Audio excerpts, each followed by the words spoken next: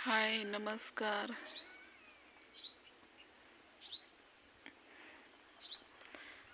तर ऊसाचा फड पेटवलाय. काळ बघा ना किती उडतंय. आता लय लांबपर्यंत येत आहे बघा. लय लांब पेटवलाय. वार आहे तरी पेटवलंय. काय बरंच वाटत नाही बघा. वरच्यावर कवर सांगावा.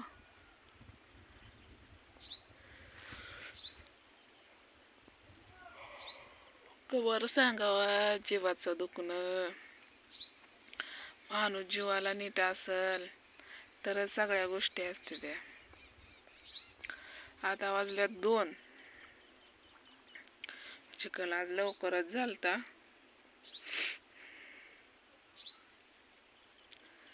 लवकर चिखल म्हणलं तरी 11 वाजता झालता. झोप झाली. रोज एक गोळी खाल्ल्याशिवाय तर काय काम होईना. काम होतंय पण दुखतंय की. शरीर लय दुखतंय. काय सांगावं तुम्हाला. का जिबाळ्या आणि हिन बघा. हो का दिसलं का. नक तर कुठं राहिली नाही ती. इथं तरी राहिले ती तिरकी.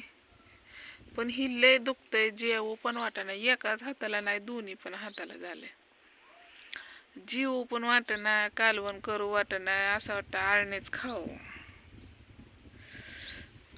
खावावं. काय करावं. शरीर नीट असेल तर काम करतंय. त्या शरीरात थोडासा पाठ काय दुखत असेल तर काय. माझ्याहूनच मी विचार करते की माझं एवढं दुखतंय तर माझ्या बानूचं किती दुखत असेल. काय म्हणून दुखत असेल. झोपून एका जागेवर मी चलती बोलती पळती. बाहेरचं वातावरण म्हणजे सगळ्या गोष्टी अनुभवते मी. मग माझ्या बाणूचं किती दुखत असेल. आणि गोळी खाल्ली ना तर हे बघा असा चेहरा सुचतोय माझा पण. हात नुसता ठस ठस ठस ठस. सगळं अंगच असं नाही का असं होतंय. स्वयंपाक केला नव्हता. कपडे धुतली. पाण्यातनंच काढली. धुयाला बी गेली नव्हती. पाण्यातनंच काढली एक साडी आणि चिखलाचे कपडे. हो का असं कागद टाकावं लागते ते. मालकाने काल JCBने सगळी माती कडेची काढली. जागा मोठी केली. आणि ते ट्रॅक्टर आहे बघा मिशन. आणि तिकडे JCB दिसतोय का नाही तुम्हाला कोणाच ठाऊक. JCB आहे ती. आणि त्याच्यात भरायचं आणि ते आपण कागद हातरायचा आणि त्याच्यावर घ्यायचा बाधा किती पाहिजे तेवढा. पण आपल्या जीवावर थोडी आहे किती पाहिजे तेवढा आपण घ्यायचा. त्या मालक थोडाच आहे. आता हे चिखल थोडा दिसत नाही. पूर्ण कागद भरून जातोय. नुसता अंग ठस ठस करते. आता वाजले 2. आता लगेच मालक येईल. चला वाहतुकीला हो का याच्यावर न्यायचं. सावलीला पंक्चर होईल म्हणून लावले तर. आम्हाला दिलेला गाडा इथं ठेवलाय आम्ही. वाहतूक करायची. जीवाला काय कष्ट किती करावं तेवढं कमीच आहे. पाण्यात मासा असला तर जिवंत असतोय. आणि त्या पाण्यातनं बाहेर पडला किती तडपड होतोय का नाही त्याचा जीव. तसं माणसाच्या जीवनाचं आहे. जोपर्यंत 6 महिने गावाकडं असेल का नाही लय हसून खेळून किवचित काम करतोय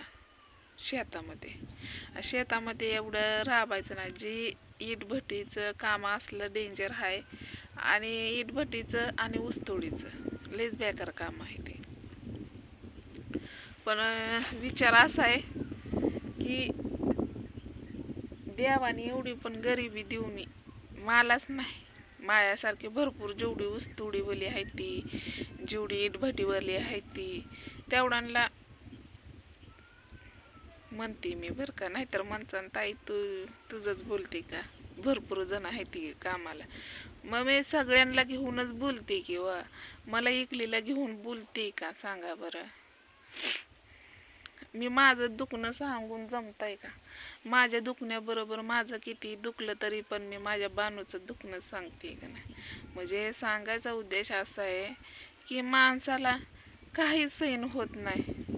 थोडं तरी दुखायला लागलं तरी सुकतंय. जेव्हा शरीर नीट आहे का माणसांचं सांगा बरं. पहिल्या माणसांची शरीर खरंच बाई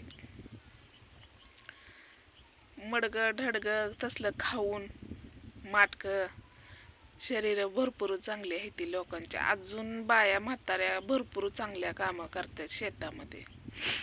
पण आताची पिढी, आमच्यासारख्या वयाची पिढी डुप्लिकेट खाणं, इंजेक्शनवरली खाणी आणि इंजेक्शन देऊनच माणसं बी जेवते. ती काय दुखायला लागलं तरी माणूस दवाखान्यात जातंय, गोळी खातंय किंवा काय खातंय. कधी शरीर नीट राहिलंय का आपलं सांगा बरं? नाही का नाही. मग असं माझा सांगायचा उद्देश असा आहे की भरपूर असं भरपूर दुसऱ्यांच्या बी डोक्याला टेन्शन असतात. आपलं टेन्शन आपण सांगतो हेड्यामध्ये, पण जी हेड्या बनवत नाही ती त्यांना किती टेन्शन असेल. त्यांनी कोणाला सांगायचं? जेव्हा त्यांना सांगणं गरजेचं वाटेल तरी पण ते सांगू शकत नाहीत. पण आपण तर सांगू शकतोय टेन्शन, बरोबर आहे का नाही.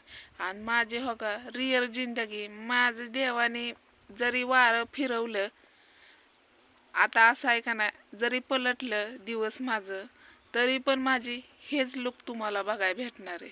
कारण जे मी गोष्टी जाणल्यात आणि जाणतीये, जे मी गोष्टी त्या केल्या त्या करतीये कष्ट, त्यातनं मला 4 पैसे आलं आणि मी तुम्हाला माझं दुसरंच रूप बघायला भेटेन असं नाही.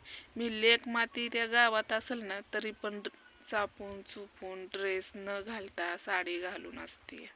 कारण म्हणतात ना, खाणं खावं काय ती पटल ते ल्यावा आणि पटल ते घालावा, असं म्हणे आहे का नाही सांगा बरं. तर चला, हेड्याव लय मोठा झाला आणि हेड्याव आवला असला आणि कुणाला माझ्या गोष्टी म्हणजे हे जे मी सांगते खरं आहे का खोटं आहे, नक्की मला फोन करून सांगा. तर चला, बाय.